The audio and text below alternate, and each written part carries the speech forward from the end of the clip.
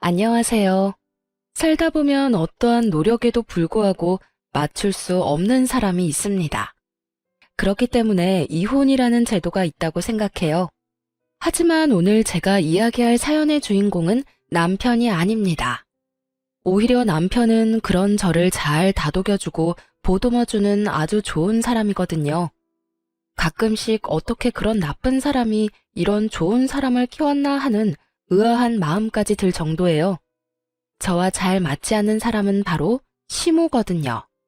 시댁은 아들이 셋이나 되는 아들 부잣집이에요.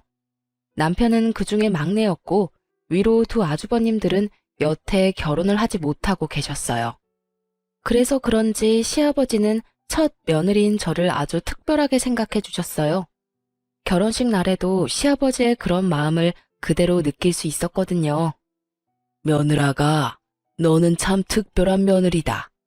우리 막내가 너처럼 야무지고 착한 사람을 데려와서 너무 감사하고 고마운 일이야. 가족이라는 건 만들어가는 거다. 네가 외부에서 온 사람이라 하더라도 가족이 되려는 노력만 있다면 진짜 가족이 되는 거야. 나는 내 식구를 각별히 여길 수밖에 없어. 내 부모님들은 모두 타계하셨고 그 많던 형과 여동생도 뭐가 그리 급한지 벌써 다들 죽고 없지. 그러니까 너는 오래오래 우리 아들 곁에 있어다오.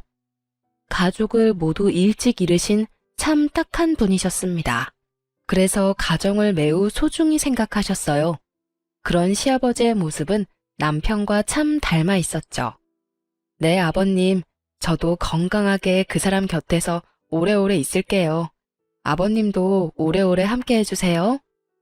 그렇게 대화를 나누며 화기애애한 모습을 보인 것과 달리 시모와의 관계는 처음부터 그리 좋지 않았습니다. 그리고 결혼할 때에도 시모는 저를 쳐다보지도 않았어요. 솔직히 가장 최악이었던 건 신혼여행 후 돌아왔을 때 시모가 한 말 때문이었어요. 딴 주머니 찰 생각 말고 내조나 잘해라. 그 말은 강한 경고로 들렸습니다. 마치 제가 남편 재산을 탐내는 여자처럼 보였죠. 하지만 남편은 버는 거에 비해서 돈을 많이 모아둔 사람이 아니었어요. 저와 남편은 같은 회사에서 만나 30대 후반의 늦은 나이에 결혼을 하게 됐거든요. 솔직히 그 나이쯤에는 어느 정도 재산이 모여있기 마련인데 남편에게는 돈이 정말 많지 않았어요. 남편이 낭비가 심하다거나 주식 같은 걸 하는 사람도 아니었고요. 저희 집도 공동 명의로 반반씩 해왔고 혼수는 제가 다 넣었을 정도로 남편의 수중에는 그리 큰 돈은 없었습니다. 그런 제게 이런 말을 하니 황당할 법도 하죠. 걱정 마세요, 어머님. 제가 내조 잘할게요. 그렇게 말하고 나왔지만 기분이 나쁜 건 어쩔 수 없었습니다. 그렇지만 그 시모만 빼면 남편과의 결혼 생활은 즐겁고 좋았어요. 저는 친정의 가족이 남동생 한 명뿐이라 가정을 이룬다는 것에 큰 의미를 가지고 있었거든요. 그래서 시모가 제게 나쁘게 굴더라도 남편만 보자는 생각으로 결혼을 하게 된 거였죠. 남편과의 행복한 결혼 생활 2년 만에 저희는 임신을 하게 됐습니다. 첫 아이는 첫 손주이기도 해서 남편과 시아버지의 기대는 나날이 높아져 갔습니다. 그리고 걱정도 커져만 갔죠. 불면 날아갈까, 떼어놓으면 깨질까. 정말 두 사람의 걱정을 한 몸에 받고 있으니 부담스럽기도 했지만 너무 기뻤어요. 나와 아이를 이렇게 사랑해주는구나 하고. 그런데 시모는 달랐습니다. 명백히 제게 이상한 아기를 가지고 있다는 건 임신 중에 맞이했던 제사에서 확실히 느끼게 됐어요. 그날은 임신 이후 처음으로 맞이하는 제사였어요. 그 전에 2번 정도 제사를 지내본 적 있었는데 혼자서 하기엔 양이 많았지만 시모와 둘이서 일하면 그렇게 힘들지는 않았어요. 이번에도 시모와 둘이서 하면 되겠지 하는 생각으로 왔는데 웬걸? 시모가 저에게만 모두 시키는 거예요. 요리도 기존에는 밑준비를 해주셨지만 이번에는 밑준비조차 안 되어 있었어요. 결국 시모는 저를 감독하기만 하고 저 혼자 모든 일을 해야만 했습니다. 남편이나 시아버지가 보이는 상황이었다면 도움이라도 요청할 수 있었는데 시댁 집 구조가 부엌이 거실에서 안 보이는 곳에 있어서 얼굴도 한번 볼 수 없었어요. 저는 슬슬 걱정이 되기 시작했습니다. 임신 20주에 산부인과에서 자궁 경부 길이를 측정했는데 2.7cm로 아슬아슬하게 위험하다는 진단을 의사로부터 받았거든요. 몸은 점점 무거워지고 저는 너무 무서워지기 시작했습니다. 그래도 제사가 끝날 때까지는 기다렸어요. 시모는 결국 설거지까지 모두 저한테 맡겼어요. 웃긴 건 남편이 부엌에 들어오려고 할 때마다 시모가 막아서며 잘하고 있으니 걱정 말라고 돌려보낸 거였어요. 하소연할 곳까지 막아버리니 입이 턱 막히더군요. 결국 저 혼자 설거지를 다 하고 시모에게 말했습니다. 어머님, 몸이 좀 안 좋아서 그러는데 설거지 끝냈으니까 잠시 방에서 쉬어도 될까요? 혹시라도 기분 나빠할까봐 공손하게 말했는데 돌아온 건 냉랭한 말뿐이었습니다. 네가 뭘 했다고 쉬어? 넌 어떻게 며느리가 돼서 시어머니보다 먼저 쉴 생각을 해? 너 임신했다고 대우받을 생각하지 마. 오늘 혼자 일했다고 나한테 뭐라고 하고 싶은 것 같은데 오늘부터 계속 너 혼자 일할 거야. 네, 그래도 오늘 일은 다 끝났으니까 쉬어도 되는 건 맞죠? 저도 말이 곱게 나오지는 않았습니다. 앞으로 혼자 하라는 그 이야기에도 한마디 하려고 했지만 몸이 힘드니 그냥 쉬고 싶은 마음뿐이었거든요. 일이 어디가 다 끝났니? 오늘 네가 해야 할 일 하나 더 있어. 냉장고 정리 좀 해야 하는데 해놓거라. 나이가 들어 힘이 없으니 일을 못하겠구나. 네가 더 어리고 쌩쌩하니 네가 해. 깨끗하게 못하면 깨끗해질 때까지 시킬 테니까 한번 할 때 열심히 해. 알았어? 그렇게 말하고 시모가 돌아서는데 진짜 머리 뚜껑이 열릴 것 같더라고요. 내가 왜 여기까지 와서 시모가 어질러 놓은 냉장고 뒤치다꺼리를 해야 하나 싶었죠. 그런데 너무 스트레스를 많이 받았는지 배가 사르르 아파오더군요. 덜컥 걱정이 됐습니다. 저는 부엌에서 배를 부여잡은 채 남편을 불렀어요. 여보, 이리 좀... 무슨 일이야? 나 배가 너무 아파. 너무 무리했나 봐. 병원에서 자궁경부 길이가 짧아져서 조심하라고 했는데. 너 꾀병이지? 내가 일 좀 시켰다고 이러는 건 아니지. 어서 일어나지 못해? 시모의 말은 귀에 들어오지도 않았습니다. 아이가 잘못될까봐 그것만 걱정됐어요. 많이 안 좋아? 병원 가자. 내가 부축할게. 걸을 수 있겠어? 결국 시댁은 한바탕 뒤집어졌습니다. 남편은 저를 데리고 곧장 차에 실어 병원으로 향했어요. 저희 집과 시댁은 10분 거리였고 집과 산부인과 거리도 15분 정도라 금방 도착할 수 있었어요. 그런데 의사 선생님 표정이 좋지 않더군요. 유산 기운이 있으니 당분간은 누워 지내라고 말씀하셨어요. 그리고 입원해서 상태를 봐야 하고 퇴원해도 괜찮을 때까지는 좀 있어 봐야 한다고 했어요. 그 이야기를 듣고 있던 남편이 저와 아이가 걱정이 됐는지 얼굴을 찌푸리며 제게 말을 했습니다. 이렇게 될 때까지 일만 하는 바보가 어디 있어. 아이 생각해서 조금이라도 쉴 생각을 해야지. 나도 쉬고 싶었어. 그런데 쉴 수가 없었단 말이야. 어머니는? 어머니도 같이 일하셨잖아. 어머니한테 말했으면 쉬게 해주셨을 텐데. 어머님은 오늘 손가락 하나 까딱 안 하시고 나한테 다 시키기만 하셨다고. 내가 쉬고 싶다는 말 안 한 줄 알아? 제사 준비도 요리도 설거지도 다 혼자 해서 설거지 끝나고 쉬고 싶다고 이야기했는데 어머님이 네가 뭘 쉴 게 있냐고 쉬지 말라고 하시잖아. 할 일이 아직 남았다면서 시댁 냉장고 청소까지 시키던데. 제 말에 남편 눈이 커지더니 당황스러운 표정으로 말했어요. 어머니가? 왜? 일단 알았어. 내가 어머니한테 잘 말해둘게. 미안해, 신경 못 써서. 난 당신이 힘들면 나와서 쉴 거라고 생각했지. 계속 그 안에서 일하고 있을 거라고 생각도 못했어. 그러고 보니 어머니도 이상하긴 했지. 부엌에 못 들어오게 하시더라고. 대체 왜 그러신 거지? 그러니까 이상하지. 왜 나한테 이러시는지 모르겠어. 임신을 모르시는 것도 아니고 저번 제사까지는 같이 제사 준비하고 설거지도 했는데 오늘은 아예 나한테 다 맡겨서 엄청 당황했다고. 제가 쉬고 싶어도 쉬지 못했다는 걸 알게 된 남편이 저를 안아주며 토닥거려줬어요. 어쨌든 내가 너무 미안해. 당신 힘든 줄도 모르고. 밖에서 아버지랑 이야기한다고 당신을 못 챙겼어. 다음부터는 내가 당신 챙길 테니까 걱정하지 마. 그리고 어머니한테도 확실하게 이야기해둘게. 다음부터 그런 일 있으면 나한테 전화해.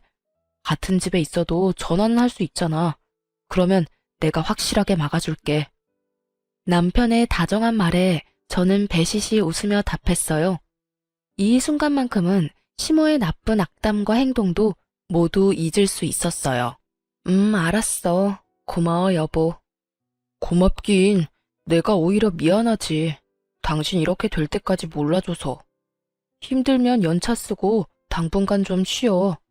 우리 귀여운 딸랑구도 안정될 시간이 필요하다니까. 그렇게 남편은 저 대신 시모에게 이 상황에 대해 확실하게 말해주기로 했어요. 저는 남편만 믿고 뱃속의 아이에게 집중할 수 있었죠.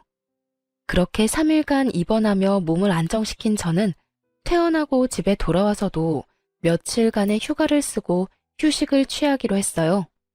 마음 편히 누워있는데 시아버지에게서 전화가 왔더군요. 일하시는 동안 바쁘실 텐데도 제 몸이 안 좋다는 이야기에 시간을 내서 연락을 해주셨더라고요. 네, 아버님. 그래, 몸은 좀 어떠냐? 뱃속에 우리 손녀도 별탈 없지? 네, 잘 크고 있어요. 몸도 많이 좋아졌고요. 그렇게 대화를 두런두런 나누는데 현관 도어락 열리는 소리가 들렸어요. 남편인가 싶었지만 시간이 너무 이른 시간이라 남편은 아닌데 싶어 시아버지와 대화를 나누며 현관 쪽으로 향했어요. 그리고 현관에 나타난 사람을 보고 깜짝 놀라고야 말았죠. 바로 시모가 제 눈앞에 서 있더군요. 야, 너 싸가지 없는 년이 네 남편한테 뭐라고 짓거렸어? 어머님, 여긴 어떻게... 시모가 허락도 없이 도어락을 열고 들어와 제게 악담을 퍼붓기 시작했어요. 순간 저는 들고 있던 전화기를 아래로 내리고 시모의 목소리가 잘 들리도록 전화기를 고쳐 들었습니다. 시아버지가 이 모든 일들을 고스란히 들으실 수 있도록 말이죠. 그것도 모른 채 시모가 말을 하더군요. 내가 제사 준비에 설거지에 냉장고 청소까지 시켰다고 네가 일렀지? 그런데 그게 무슨 잘못이야? 시어머니가 며느리한테 일 시키는 게 뭐가 잘못됐냐고. 이런 일도 못할 거면 결혼은 왜 했어? 혼자 살면 되지. 임신했다고 아주 유별나게 구는데 너 그거 꾀병인 거 내가 다 안다. 너 때문에 나만 이게 무슨 꼴이냐고. 어머님, 갑자기 무슨 말씀이세요? 진정하고 말씀하세요. 진정은 무슨... 네가 일하기 싫어서 꾀병 부린 걸로 내가 왜 한 소리 들어야 해? 시집살이 네가 덜 당해봐서 모르지? 오늘부터 너희 집 살면서 시집살이가 뭔지 가르쳐 줄까? 새파랗게 어린 년이 남편만 믿고 어디서 어른한테 수작질이야? 내가 그렇게 만만해 보였어? 어머님, 꾀병이 아니라 병원에서 이미 진단이 난 사항이에요. 잘못하면 조산될 수도 있다고요. 지금 이렇게 서서 어머님한테 추궁받고 있는 이 상황도 저한테는 그렇게 좋은 상황이 아니에요. 다시 스트레스 받으면 또 병원에 가야 할 수도 있다고요. 오호라, 이번에도 네 서방한테 내 잘못이라고 일러 바치려고? 오늘 내가 네 버르장머리를 고쳐놔야지 가만히 놔둬서 될 일이 아니었어. 애저녁에 정신교육을 똑바로 시켰어야 했는데.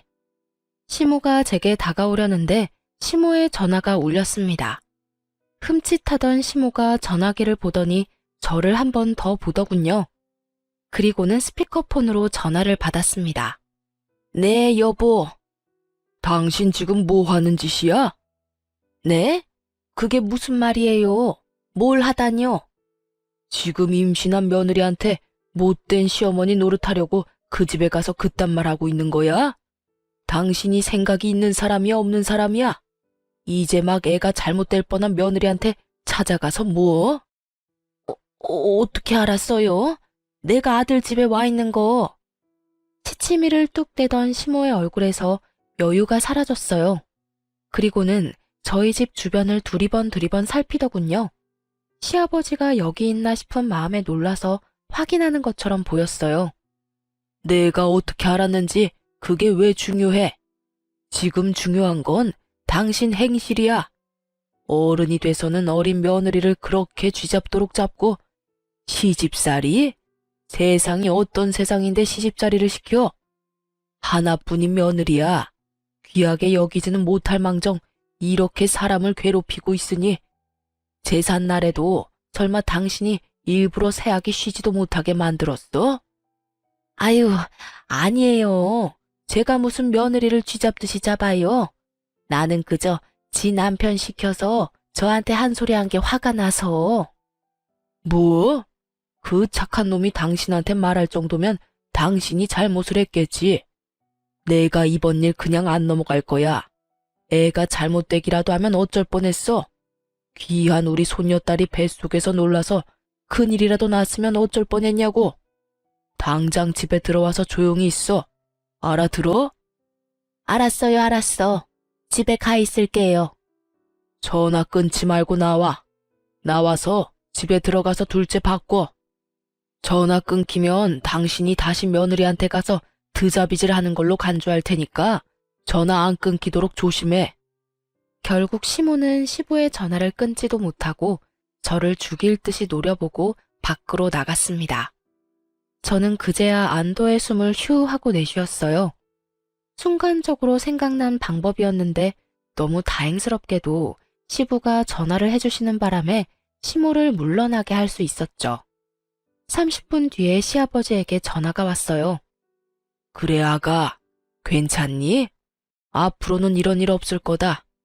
혹시 여태까지 이런 일 당한 적 많았어? 저를 싫어하신다고 느끼긴 했지만 이 정도로 화나신 건 처음이에요. 고맙습니다, 아버님. 고맙긴. 다음에도 이런 일 있으면 곧장 나한테 연락하거라. 여편 내가 이상해졌어. 여태 그런 적이 없던 사람인데 이상하네. 시아버지도 이상하게 생각할 만큼 시모의 행동은 비상식적인 것이었어요. 그래도 사건은 일단락됐고 시모는 더 이상 저희 집에 오지 않았어요. 그 뒤에 시아버지에게 한 소리 크게 들었나 봐요. 그렇게 저는 37주 차에 여자아이를 낳았어요. 딸 귀한 집 딸이라 시아버지와 남편은 얼굴에 웃음꽃이 가득 피었죠. 잘했다. 예쁜 손녀 보니 기분이 좋구나. 집에 애가 있으면 분위기가 또 다르지. 자, 이거 받거라. 선물이다. 시아버지가 주신 것은 금팔찌였습니다. 첫 손주 출산이라고 시아버지께서 준비하신 거였어요. 아버님, 감사해요. 잘 보관할게요. 아이 낳는 것보다 키우는 게 더 어려울 게다. 그래도 힘내라. 애기 크는 모습 보면 힘든 게 싹 사라지거든. 아이고, 얼굴이 어찌 이리 예쁜지. 요 녀석 시집 갈 때까지 살아있으면 이 하랩이 눈에 눈물 나겠구만. 온몸으로 딸아이를 좋아하는 시아버지와는 달리 그 일 이후로 저와는 완전히 서먹해진 시모는 차가운 바람이 싱싱 불고 있는 상황이었어요. 아무리 딸 그래도 아들이 있어야죠. 아들 하나 못 낳았는데 무슨 금팔찌를 줘요? 그런 건 아들 낳고 줘도 되는데. 넌 좋겠구나. 딸 낳고도 좋아해주는 시아버지 둬서. 날카로운 말에 저는 말을 아꼈습니다. 이 좋은 날 제가 무슨 말을 해도 민감하게 반응할 것 같았거든요. 때로는 들이받는 것보다 피하는 게 나을 때도 있으니까요. 그렇게 저는 육아휴직을 쓰고 아이를 키우게 됐어요. 아이를 키우는 것은 행복한 일이었지만 출산 8개월 차가 됐을 때 걸려온 남동생의 전화 때문에 복직을 고민하게 됐어요. 바로 동생의 결혼 소식이었습니다. 얼마 전까지만 해도 1년은 더 있어야 할 수 있다던 결혼식이 갑자기 6개월 뒤로 잡혀버린 거였어요. 남동생 말로는 여자 쪽 집에서 날 받으러 갔는데 날짜가 그렇게 앞당겨져 나온 모양이라고 하더군요. 동생의 결혼식과 제 복귀는 밀접한 관계가 있을 수밖에 없었어요. 저와 남동생은 대학 시절 부모님이 돌아가셨는데 두 분의 유산을 남동생과 둘이서 나눠 가졌어요. 그런데 제가 먼저 결혼을 하게 됐고 신혼집을 찾아야 했는데 돈 때문에 쉽지 않았거든요. 그때 동생이 저를 도와줬어요. 부모님도 없이 시집 가는데 돈이라도 두둑이 가져가야지. 가족이라고는 나뿐인데 내가 누나를 안 챙겨주면 어떡해? 내 몫으로 받은 유산 딱 절반을 누나한테 줄게. 나는 아직 어리니까 살면서 돈 더 벌면 되고 힘들 때는 누나가 도와주면 되잖아. 그치? 안 받겠다는 걸 동생이 억지로 쥐어준 돈이 있었어요.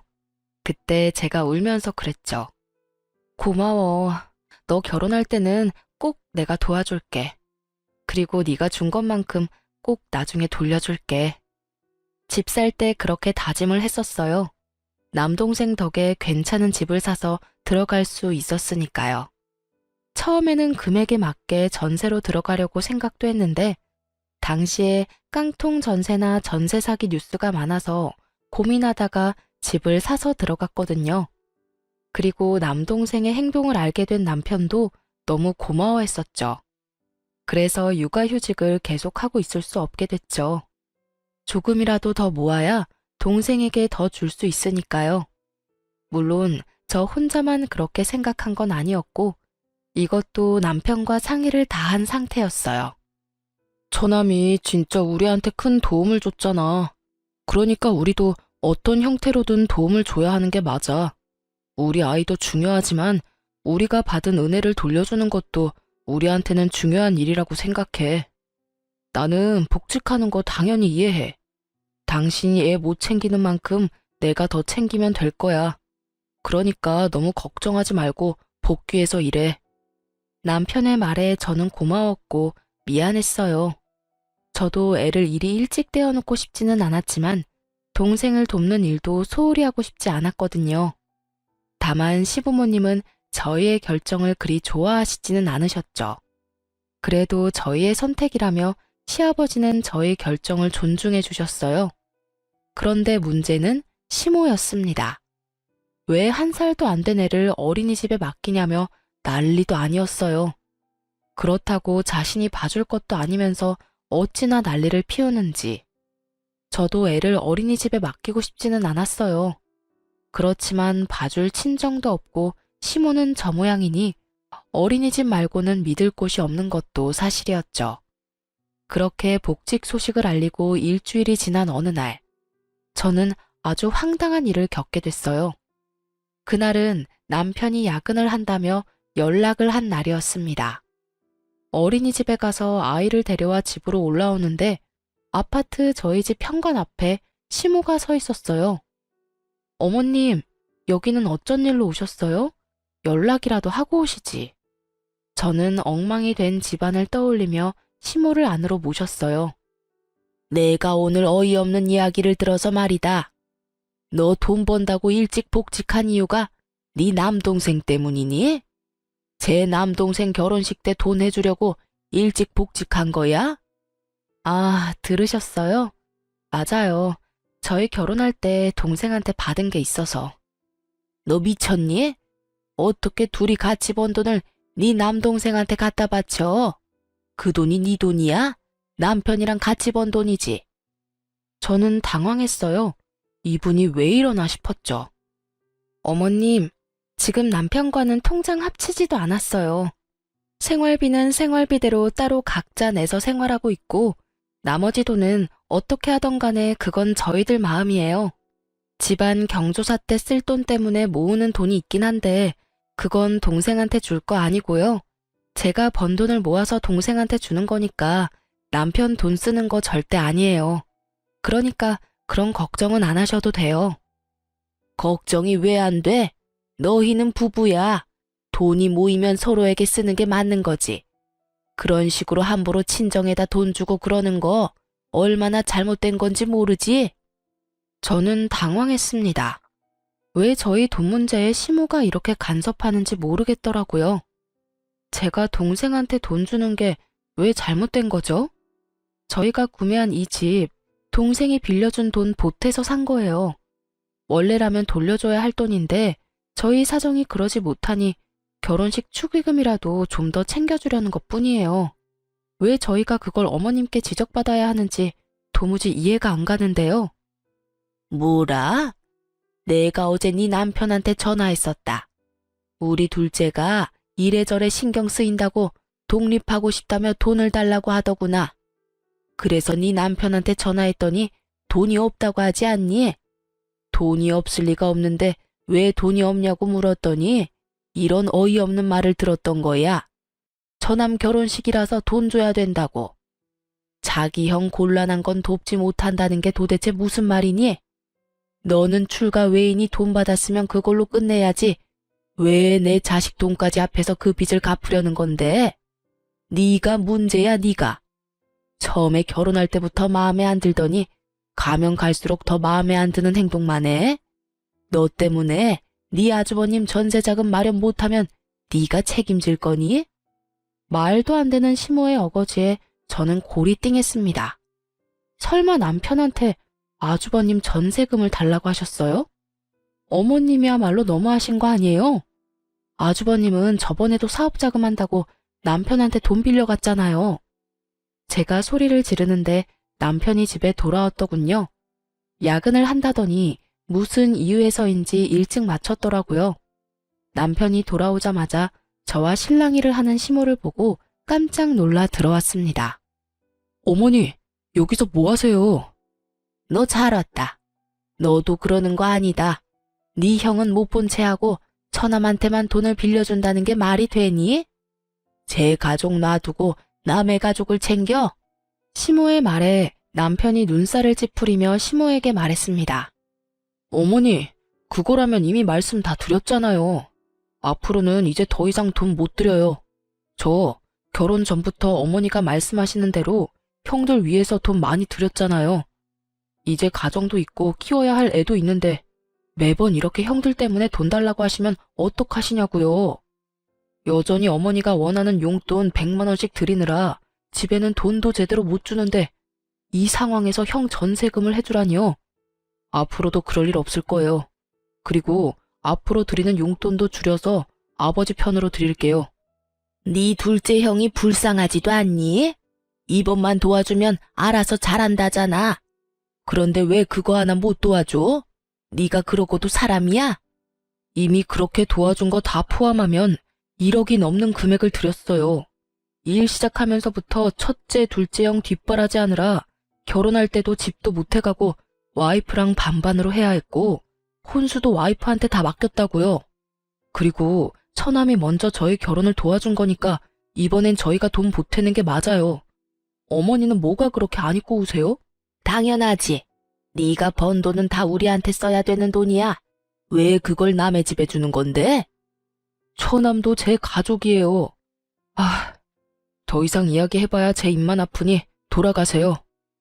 왜 돌려보내는데? 빨리 약속해. 돈 주겠다고 약속하라고. 계속 이러시면 아버지 부를 거예요? 남편이 시아버지를 입에 올리자마자 시모의 표정은 누그러졌습니다. 그리고는 남편에게 화를 낸 채 떠나더군요. 남편이 한숨만 쉬며 거실 소파에 몸을 파묻더라고요. 미안해. 당신 피곤한데 아까 전에 어머니랑 전화 통화하다가 당신한테 찾아갔을 것 같아서 바로 퇴근하고 왔는데 정말로 찾아와서 저럴 줄이야. 짙게 피로가 묻은 남편 목소리에 더 물어보고 싶어도 미안해서 못 물어보겠더라고요. 여보, 우리 당분간 어머님 안 봤으면 좋겠어. 보실 때마다 저런 말하면 어떡해? 그래, 그러자. 당분간 거리를 갖는 것도 나쁘지는 않겠어. 결국 시모 때문에 저희는 시댁의 발길을 끊게 됐어요. 아이 때문에 못해도 2주에 한 번은 갔던 시댁이었습니다. 그리고 그렇게 발길을 끊으니 결국 시아버지는 애가 다른 모양이었어요. 예쁜 손녀딸도 함께 발길을 끊게 됐으니까요. 그래도 시아버지에게는 전화 연락은 거의 이틀에 한 번씩 드리고 있었어요. 그런데 얼굴을 안 보여주니 시아버지도 연락을 해온 거죠. 며느라가 요즘에 많이 바쁘냐? 우리 손녀딸도 보고 싶은데 오늘 시간 괜찮으면 오거라. 결국 시댁과 거리를 둔 지 한 달 만에 시댁을 찾았습니다. 그런데 입구에 들어가기도 전부터 시모가 저희를 보더니 소리를 치더군요. 너희가 왜 여기를 와? 당장 나가! 어머니, 아버지께서 부르셔서 왔어요. 도대체 왜 이러시는데요? 너희는 여기 들어올 자격 없어. 둘째 형 나 몰라라 버린 주제에. 끝나지 않는 둘째 아주버님 타령에 저도 남편도 기가 막혀 말도 안 나오더군요. 그때 나온 것이 시아버지였어요. 이게 다 무슨 일이야? 당신 왜 애들 못 들어오게 막고 있어?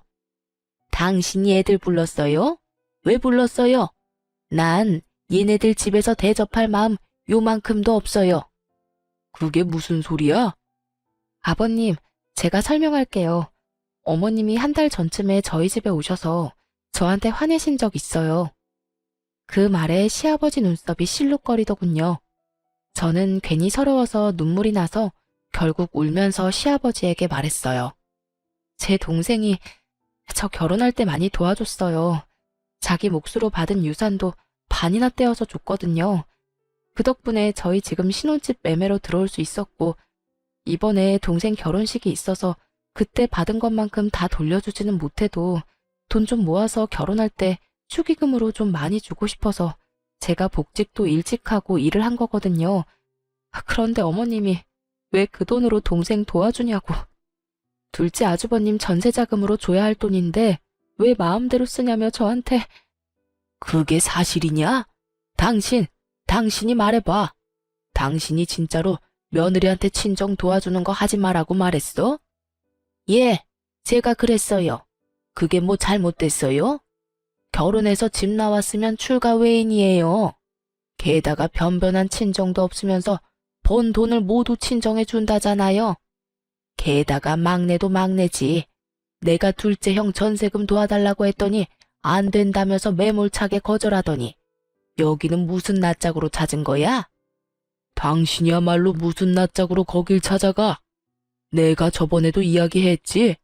제발 어른이면 채통 좀 지키라고. 당신이 뭔데 아들 내외 집에 가서 돈 쓰는 거에 화를 내고 와? 애들이 허투루 돈 쓰는 것도 아니고 다 좋은 곳, 갚아야 할 곳에 쓰는데 당신은 뭐가 그리 고가워? 그럼 화가 나지 않나요? 당신은 왜 이렇게 얘네들 편만 들어요? 당신은 우리 둘째가 불쌍하지도 않아요? 그 나이가 되도록 제대로 된 지원도 못 받고 결국은 저렇게 혼자 남은 애가 불쌍하지도 않냐고. 그런 형 도와달라는데 끝까지 안 된다고 우기는 저놈이 우리 가족이 맞기는 하냐고요. 저리 싫으면 중이 떠나는 법이랬어요. 안 오니 속이나 편하던데 왜 와서 사람 속을 뒤집어? 어머니, 꼭 그렇게 말씀하셔야 되겠어요? 여태껏 둘째 형 사업 자금이라며 빌려달라고 한 돈이 얼마인지 아시기는 하냐고요. 저요, 그 돈 받을 생각도 안 하고 빌려줬어요. 그래도 내 가족이고 어머니 부탁이었으니까. 그런데 지금 제 꼴을 좀 보세요. 둘째 형 되지도 않는 사업에 돈 붓다가 지금은 어머니한테 매달 100만 원씩 드리고 있잖아요. 어머니야말로 저를 가족이라고 생각하시는 게 맞아요? 절 편할 때 꺼내 쓰는 돈통이라고 생각하는 건 아니냐고요. 매번 형님들 때문에 주머니 털리는 제 기분은 생각도 안 해보셨죠? 뭐? 이건 또 무슨 말이야? 왜 당신이 아들한테 돈을 100만 원씩 받아? 여보, 그게... 아니, 둘째가 그때 사업한다고 설쳤을 때 돈 좀 빌려달라고 해서 대출 받아서 좀 빌려줬어요. 애가 잘 되면 갚겠다고 했는데 잘 안 되는 바람에 빚이 고스란히 남아서 막내한테 돈 좀 달라고 했죠. 솔직히 여태 이만큼 키워줬으면 그 정도는 해줘야 하는 거 아니에요? 뭐야? 지금 당신 미쳤어? 대출을 막내한테 대신 갚게 한 거야? 미치지 않고서야 이런 짓을 할 리가 없지. 설마 당신 친자식이 아니라고 이런 짓을 한 거야? 내가 뭐라고 그랬어? 나랑 가장 가까웠던 동생의 아들이라고 친자식처럼 잘 대해주라 했더니 설마 뒤에서 그런 짓을 했다고? 남의 자식한테 내 자식 뒤치다꺼리 맡기는 게 도대체 무슨 짓이냐고? 말해봐라 막내야. 왜 네가 번 돈을 다 줬어? 그런 일 있으면 나한테 말했어야지. 그래도 키워주셨잖아요. 어떻게 모른 채 해요? 키워준 은혜라고 생각하며 드린 거예요. 얼마 전에 아내한테까지 돈 문제로 막말하시는 거 보고 더 이상 안 드리겠다고 했더니 화를 엄청 내고 돌아가셨고요. 듣고 있던 저는 이야기에 따라가기가 힘들었어요. 남편이 친자식이 아니라니. 시모에게의 남편은 자식이 아니라 시조카였던 거예요. 그러고 보니 유독 시모가 저에게 못되게 굴고 남편에게 돈을 뜯어낸 게 다시 보이기 시작했어요. 그리고 저에게 못되게 군 것도 손녀딸에게 애정이 없었던 이유도 모두 이해가 갔죠. 제가 있어서 남편 돈을 온전히 다 못 받으니까 저와의 결혼 자체를 탐탁치 않게 생각한 거예요. 남편이 저와 결혼하지 않았다면 영영 자신의 친자식들을 위한 통장으로 사용했을 거라는 생각을 하니 소름이 쫙 끼치더군요. 착한 남편이 여태 두 형들 뒷바라지하느라 그렇게 돈이 없었구나 생각하니 남편의 주머니 사정도 이해가 갔습니다. 시부의 얼굴은 화가 나는 걸 넘어서서 곧 터질 것처럼 벌겋게 부풀었어요. 이 여편네가 정신이 나갔네 나갔어. 노망이라도 든 거야? 그래서 지금까지 막내를 그렇게 이용해 먹었다 이거냐고? 키워줬다는 이유 하나로? 키워준 은혜 갚는다는 막내한테 돈 뜯어서 당신 자식들한테 돈 갖다 바치고 다 털어먹고? 생각이 있는 거냐고? 내가 저 녀석 제대로 된 인간 노릇할 때까지 돈 한 푼 주지 말라고 한 거 잊었어? 사업에 능력이 없으면 포기하고 다른 직장을 찾아야지. 나이 50이 다 돼가는 놈이 여전히 직장도 없이 집에 빌붙어 살고 그것도 막내 돈으로 속 편하게? 당장 짐 싸. 짐 싸서 둘째 녀석이랑 당신 둘 다 나가. 둘째 너는 제대로 된 직장 얻기 전까지는 집에 한 발짝도 못 들어온다. 얼른 나가. 시아버지의 말에 이 모든 상황을 관망하고 있던 둘째 아주버님이 황급히 나서며 말했어요. 아버지, 저는 잘못 없어요. 다 엄마 혼자 한 행동인데 왜 저한테까지 불똥이 튀어요? 내 말 못 들었냐? 네 놈이 일찌감치 자리 잡고 직장 얻었으면 이럴 일도 없었어. 동생 보기 부끄럽지도 않아? 아니, 이번엔 분명히 괜찮은 아이템이라 성공할 줄 알아서. 아이템 같은 소리하고 자빠졌네. 야, 똑같은 이야기를 벌써 20년째 듣고 있다. 네가 털어먹은 돈이 얼만지 알기나 해? 봐주는 것도 이제 끝이야. 그럼 집은요? 전세금이라도 주셔야 나가죠. 전세금? 네 앞에서 감히 전세금 소리가 나와? 첫 달 월세 그것만 지원해 줄 테니 다음 달부터는 네가 일해서 월세 갚아. 100만 원 딱 줄 테니까 당장 나가. 배달이든 공사판을 뛰든 뭐든 해서라도 돈 벌어. 여보, 어떻게 그렇게 잔인한 말을 해요? 여태 돌봐줬으면 많이 봐줬어.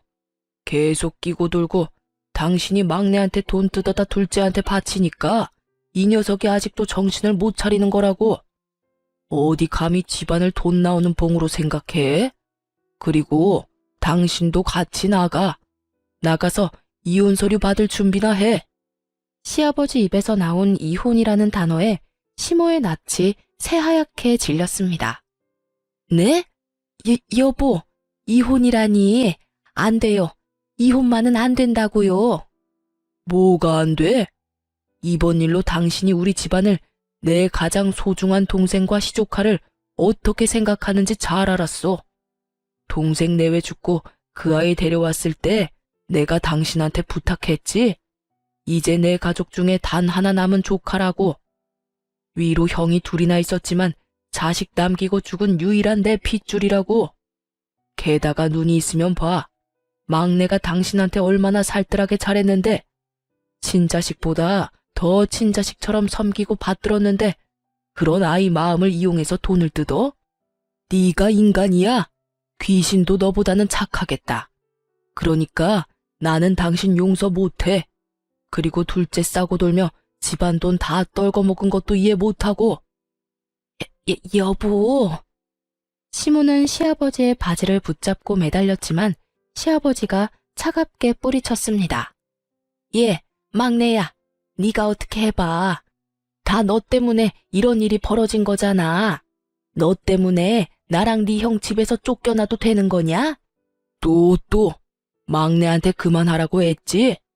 막내 잘못이 아니라 당신이랑 둘째 잘못이라고. 애먼 사람한테 책임 전가하면 할수록 내 생각이 굳어진다는 것만 명심해. 결국 시모와 둘째 아주버님은 강제로 집을 나가게 됐어요. 시아버지가 용달차를 불러 시모와 아주버님의 짐을 싹 다 실어버렸거든요. 어딜 가든 제대로 된 직장 가지면 여기 돌아올 생각하지 마라.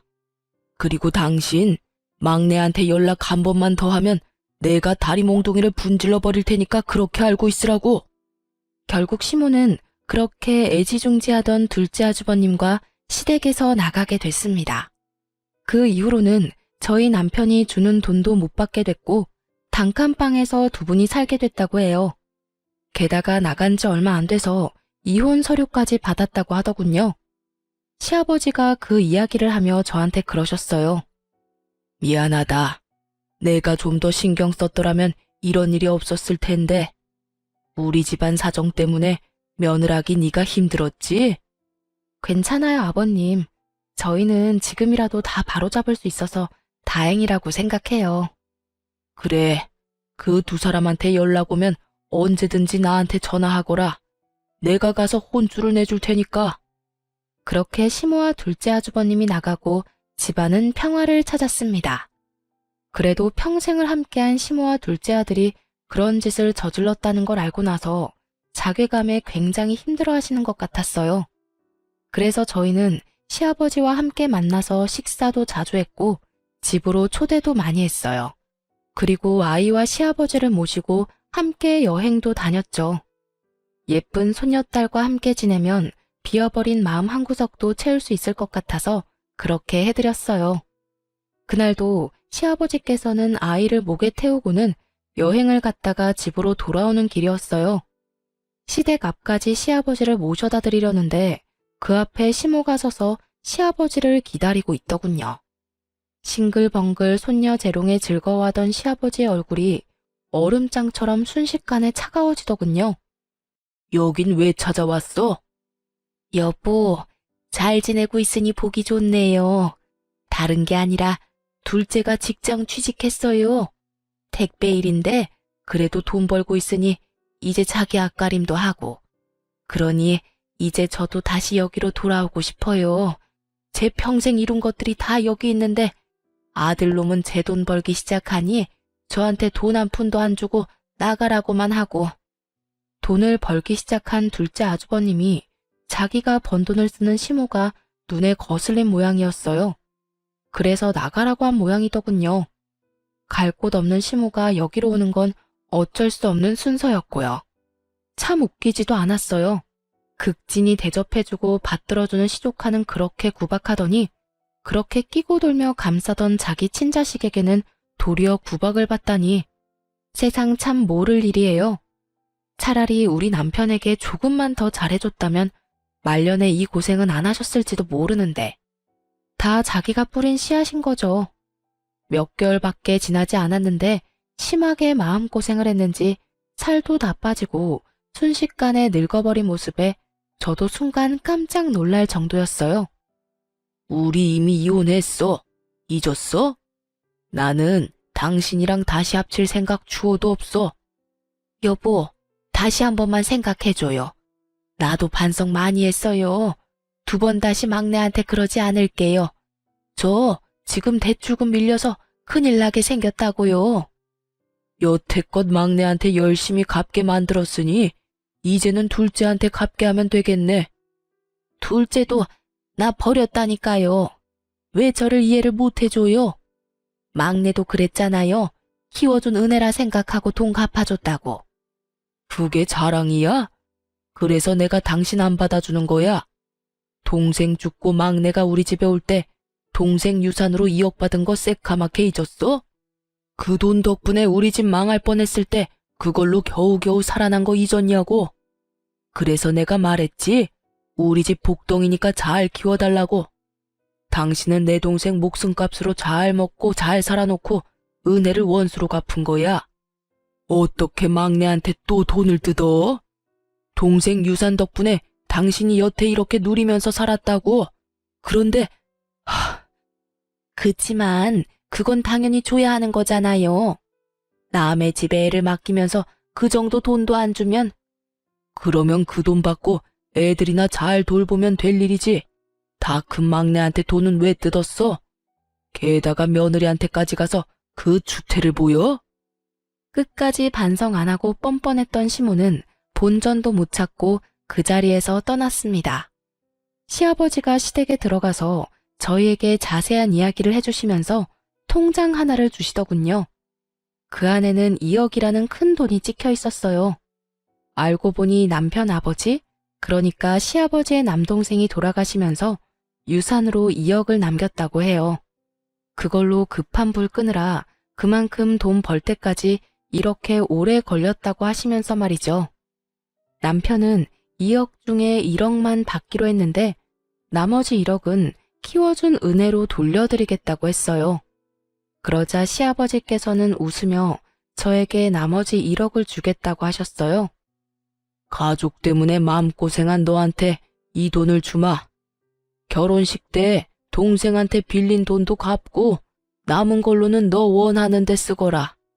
그 돈은 온전히 너희 거다. 사실은 너희 시모가 가져간 돈도 다 돌려주면 좋으련만 그것까지는 내가 어떻게 해볼 도리가 없어. 그 사람도 어쩌자고 그런 짓을 했는지. 그렇게 저와 남편은 시아버지에게 생각지도 못한 돈을 받게 됐어요. 그 돈으로 남동생 결혼식에 도움을 줄 수 있었고요. 남편은 갑자기 생긴 돈에 놀라면서도 아이를 위해 잘 놔두겠다고 말했어요. 시모도 저희 남편에게 조금만 더 잘해줬으면 이렇게 늙어서 고생할 일은 없었을 거예요. 시댁은 안정을 찾았고 저와 남편의 생활도 안정을 찾았어요. 그리고 저는 둘째를 임신 중이죠. 시모가 저와 맞지 않다고 사연 처음에 말씀해 드렸는데 실제로는 많은 사람과 맞지 않았나 봅니다. 결국에는 이렇게 시댁에서 뚝 떨어내듯 도련해져 버렸으니 말이죠. 이래서 뿌린 대로 거둔다는 말이 있나 봅니다. 그렇게 자기 팔자 열심히 꼰 시모 보며 새로이 마음을 다잡게 됐네요. 평생 잊지 못할 교훈을 주셔서 그 교훈 가슴에 새기고 살고 있어요. 지금까지 제 사연 들어주셔서 감사합니다. 좋은 하루 되세요.